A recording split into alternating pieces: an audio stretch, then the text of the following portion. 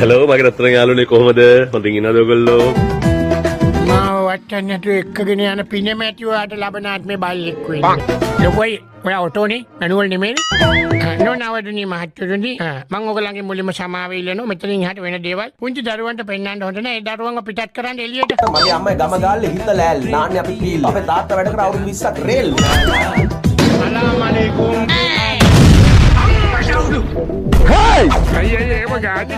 රේපල් මොනවද කන්නේ? බතුයි පොසම් පොලයි හාමස්සයි පරිප්පු. අම්මට උඩ වෙලම කියලා. මානසිකව වැටුණත් වැටෙන්න ඕනේ මෙන්න මෙහෙම ටැංගුවල්. සක්කිලිය. අනිත් යාළුවා කියන්නේ මේ මම. ඔය පවණි වගේ නෙමෙයි මම. මාත් එක්ක කැමැත්තෙන් ආපු පළවෙනි ගෑණි තමයි ඔබ. අයියා වගේ කෙනෙක් ලබන්න ගෑණියෙක් පින් කරන්න.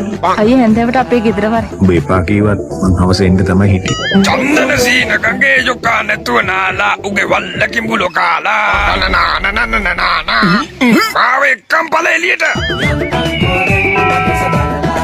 රාජ්‍ය බැංකුව තමයි කොහොරා කන්නේ. අඩිසියේ අහන්නකෝ අනේ මේ වැඩ කරන අපේ විරුවා මව් බිමට හෙමින් කෙලියා. පඩ.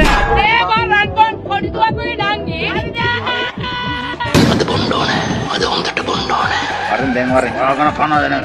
My dear ladies and gentlemen, I came here today to impress කියන් දින මෙච්චරයි. ඔන්නම විසිගින්දල් දේවතාවා සිරස ගිනිගත් ආනුභාවයෙන් රාණි රාජා මල මාර්ගයේ ගිනිහිර ඩංගු